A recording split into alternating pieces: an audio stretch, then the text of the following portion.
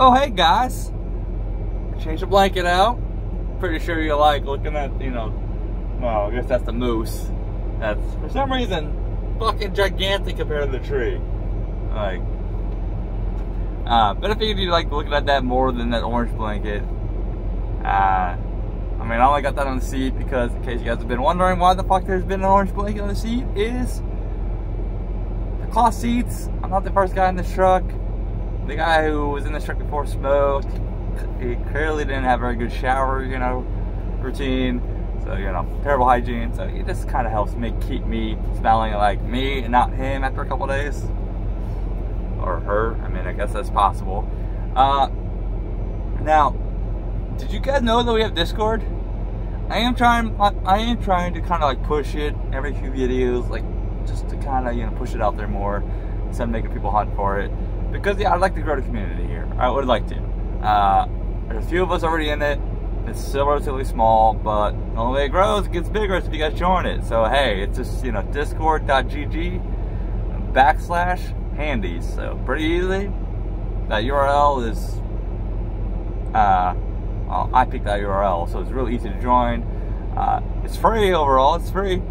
So you know, you got some nerds in there. Like, I'm a nerd myself, so plenty of nerds. You know, generally really low rules right now. The only real thing is just pretty much keep politics out of it. Like, I don't mind it, but you know, if somebody asks you to stop, just you know, move on to conversation somewhere else.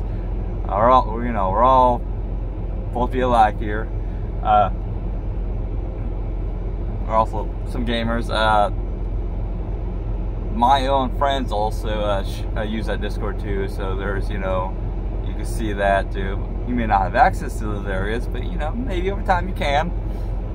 Just because they're they're like people I grew up with and I've gamed with like for, you know, a decade plus. So, but you know, if you stick around, you know, you might work your way in there or whatever.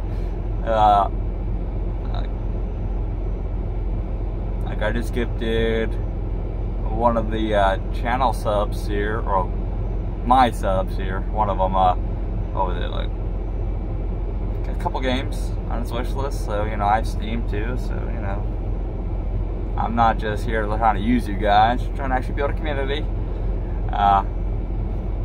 Just kind of nice. But really, that's besides the point. Fuck, already 3 minutes in. Wow. Okay. That was not the point of the video. Just like to put up the front, just to kind of.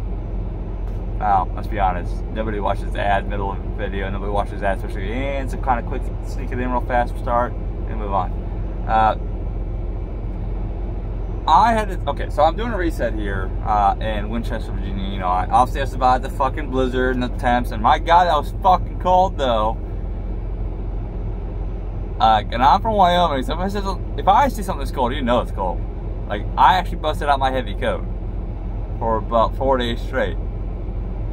But yeah, I you know, went over and grabbed that load from North Platte. I got it over here. It's been rescheduled for 27, so you know, 7 days late. Nothing I could have done about it. I did a reset before I picked it up.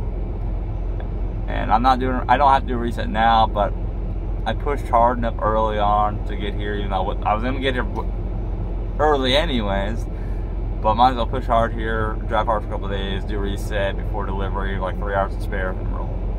Because I had like, what, 39 hours left of my 70 when I got here, so, you know, plenty of clock, but might as well take advantage of it, because nothing I can do at the appointment anyways. They're not open tomorrow. Oh, wait. Tomorrow's the 27th. So I might as well take a reset. But I was going through Columbus yesterday. Well, I hit Ohio, right? I shut down Decatur yesterday, and that's where I started. It was yesterday. It was Decatur. And Indianapolis is fucking easy. Christmas is easy. But I hit Ohio, and immediately, you know, you start seeing streaks and stretches of road. It goes dry, a very salty road, to not slick ice, but there was ice on the roads. Everybody fucking would panic.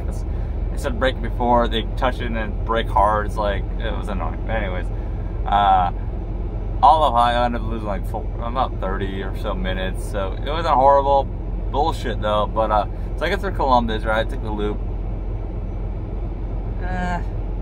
It wasn't hard. It was more annoying just because I get like every little fucking icy touch.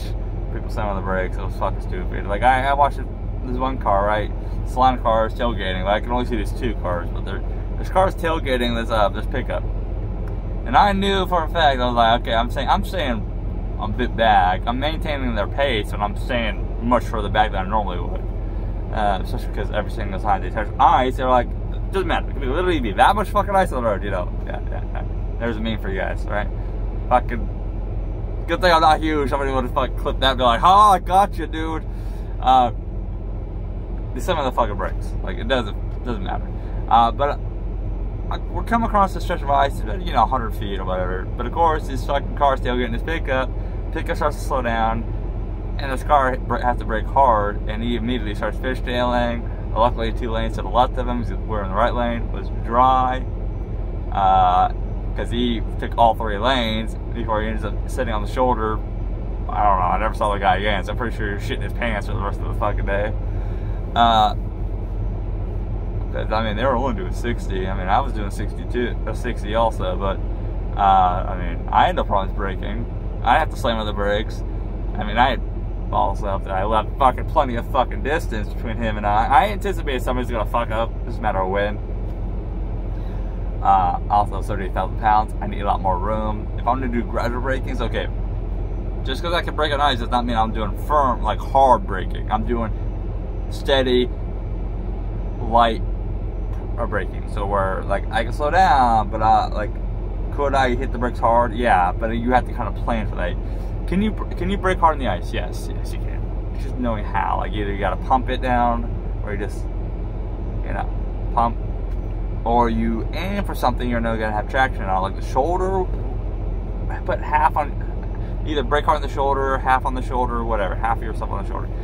You know, areas that you know will have traction, even if it's rough traction, meaning it's very rough road because that's where all the shit is. Powder is traction.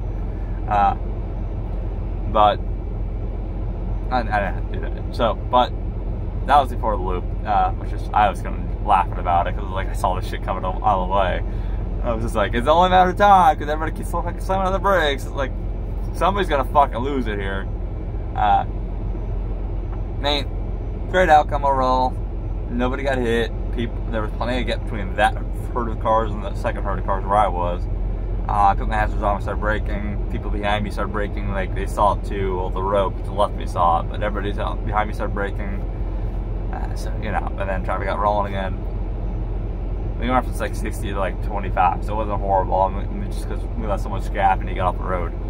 But, you know, he stayed on the road, just the shoulder. Then wipe himself out, then hit somebody else, then a roll or whatever. But so I'm leaving Columbus now. I'm getting off the loop, 270 or whatever. I think it's 270.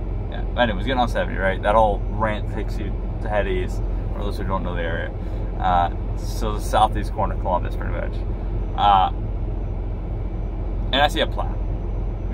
He's pretty much plowing the shoulder on the ramp I need. It's a single lane ramp. It's a curve too.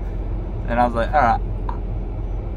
I didn't get off the road away because I was like, maybe I can squeeze by him before we enter that curve. But if he enters that curve, even just gets into it before, I'll just stay behind him. I'll protect him, no worries. It's kind of sad that people don't have this mindset. Like, but we enter that ramp, right? So like I said, it's like a single curve ramp, single lane is what I meant. And he's on the shoulder, and he's doing about 25. He's sitting here on the shoulder, right? So this is him plowing, and this is me. I'm sitting like right here. So like we're staggered. Like his corner is touching my front headlight pretty much. Like I'm not sitting on his ass, but like it's like that. So nobody can squeeze in to the right of me, but also nobody can squeeze around me to go around him. And that's why I sat for the whole curve until we were all the other curve, and I had some, because I need some real room to get up to speed of 38,000 pounds, and I can't get up to speed if he's also halfway on the road too. So it was like, okay, I'll just sit here. Luckily, it is Christmas, so the light traffic. This could have probably been a lot worse for a headache. I mean, if it was, you know, normal fucking day. What was sad about this? It made me kind of feel something about this whole thing, like. I wasn't worried about anything. Well, I mean, I guess you technically could try to be stupid and pass me on the fucking shoulder that is on the left that's like, I don't know, 3 feet wide and like foot left of the road. But most likely, nobody's gonna do that. They'll just fucking eat their shit and just fucking sit behind me. As I was passing him, my window to window, I looked over and I saw him like reach down. Like you could tell he was I guess he was trying to talk to me on his TV, right? He was trying to talk to me. But I don't have a TV. I'm probably gonna get one, but I don't know. I'm very conflicted about it, but I'll probably end up getting one next year. But as I was passing, he looked over and I looked over, and he smiled and waved like he was like very appreciative of it. And I immediately went, "That's sad." So I was talking to a buddy on the phone, and I immediately went, "That's pretty sad that he feels like he has to do that." I can understand why he's very appreciative, because like I could easily push my way through him, very easily. There was room for me to do it. Now I would have been, you know, halfway, like I say, on the the 2 foot wide little shoulder of the edge on the left. But why? That's a risk to me. Could I have easily just been fine at the slow speed? Yeah. But why? I had to build a speed, so what's the point? Might as well just fucking wait here till I straighten it out and then just, you know, edge immediately out into the fucking left lane, because, well, middle lane, I guess it's the right lane at that point. Because the merge lane's pretty much gone. Like, it's a very short merge lane. And he's still halfway on the road, so I can't use it anyways, because I can't get up the speed when he's doing like 25 on the shoulder. And well, shoulder and sticking like 3 to 4 feet out in the fucking lane. But it's sad. It's like people either get scared of passing a plow, so they either sit right behind the plow or in the lane the plow's not in, and hold up traffic that knows how to pass a plow, knows to not crowd it, and gets by, no problems. Which also frustrates people, which means people do stupid shit because they're getting frustrated. Or people don't know how to pass the plow and they fucking hit a plow. So it's pretty fucking sad. Like, those are the 2 common behaviors around plows. Either you get the fuckers that are too scared to pass the plow, but they won't sit behind the plow and let people that will pass the plow, or they just don't know how and they just hit the plow because they lose traction. Like, for example, usually when a truck and trailer, so semi, hits the plow, it's not usually the truck that hits the plow. It's usually the trailer. The trailer slides out. Because they don't get on it softly enough, or they try to quickly change lanes or whatever. It's like, I'm extremely lucky I'm from Wyoming. You can call it cocky all you want. It's more confidence. I grew up in this shit. It's second nature to me. Like, I don't really think about it. And when I actually have to think about the current weather conditions, it just means I generally will be backing off my speed because I need more concentration, I need more reaction, I need less likely that my trailer's going to swing out. So like I said, it's just common sense. It's like stuff that when I actually need to think about it, I'm already doing the common sense stuff anyways, but backing down. Like a lot of the wrecks that happen in the fucking lane changes because people do it too sharp and they don't edge over, or ease over, not edge, ease into it. Like you're trying to slice cake, right? Very long, not sharp cuts.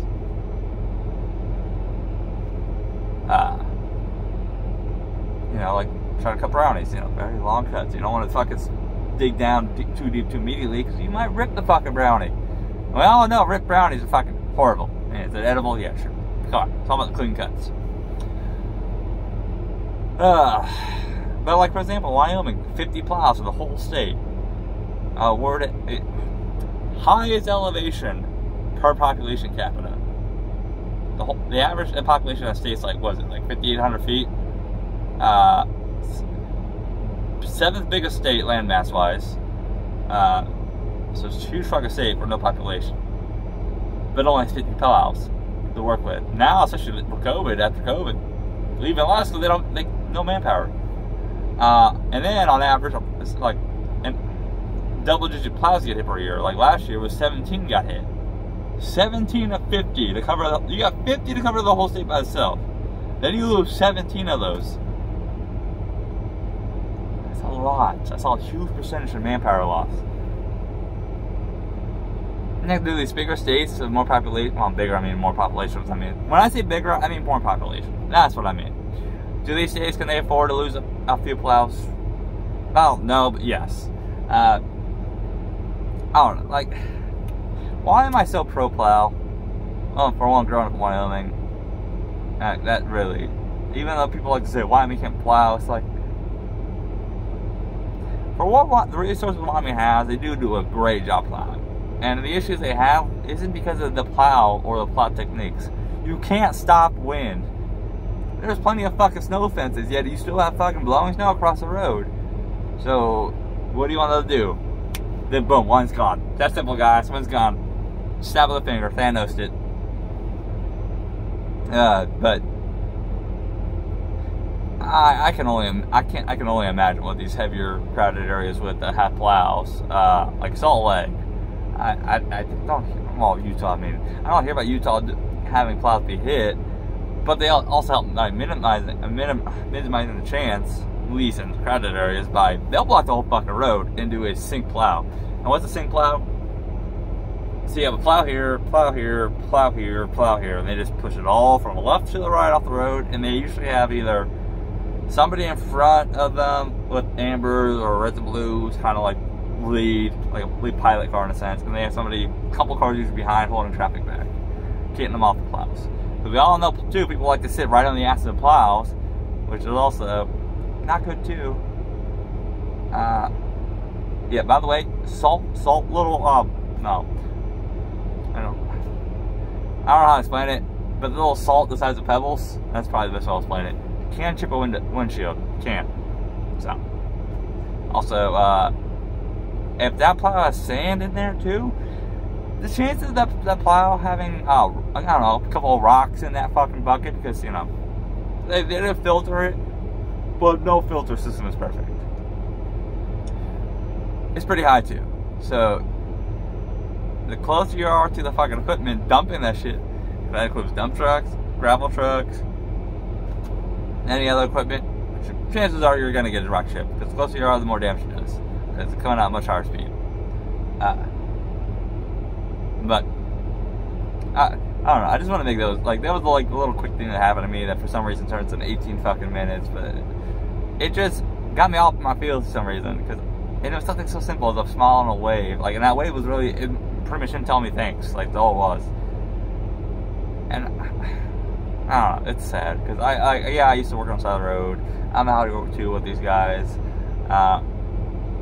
Just come on, guys. Give your plows room. If you're not gonna pass a plow, sit behind them by like at least 100 feet. Let people pass them. Don't crowd. It's not.